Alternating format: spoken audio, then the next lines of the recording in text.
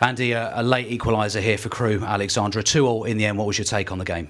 It was a tough night for us, I felt Crewe were particularly good, kept the ball well. We couldn't really get a grip. We went in front where we probably didn't deserve to. And then second half, we just couldn't raise the level again. We just couldn't. And I suppose I've got to give Crewe a bit of credit. They made it difficult for us tonight.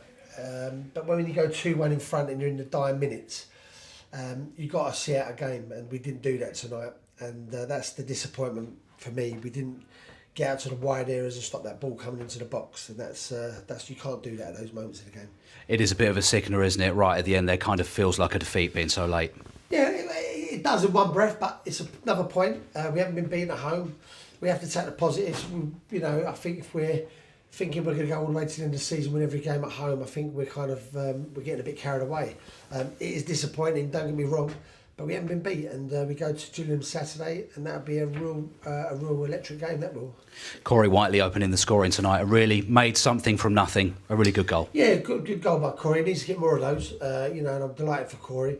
But I just felt all over the pitch, Corey aside, I felt all over the pitch we just lacked that little bit of quality, that little bit of calmness, that little bit of just making the first connection, the first pass. We was a bit helter-skelter tonight, and sometimes that happens. We've got a group of players that are trying everything to make sure we stay at the top.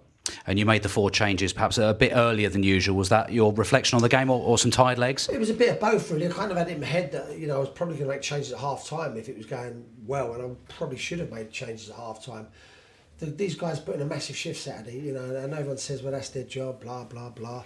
If you've got fresh legs and players to come on, let's bring them on, and that's what it's about, having a squad. So I probably should have done it a little bit earlier if the truth be known.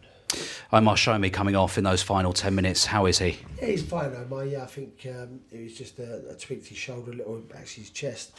So it'd be a bit sore, but he'll be fine. And in the same breath there, really good to see, not a situation you want to be in, good to see Carl Jenkinson coming back after 7 months on the sidelines. Absolutely, yeah. I mean, that's a positive to see Carl Jenkinson out there.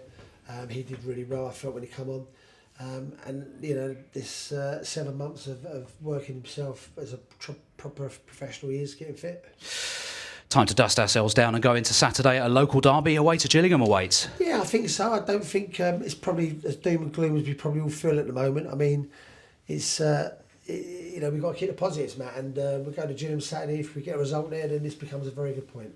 Andy, thank you for your time. Thank you.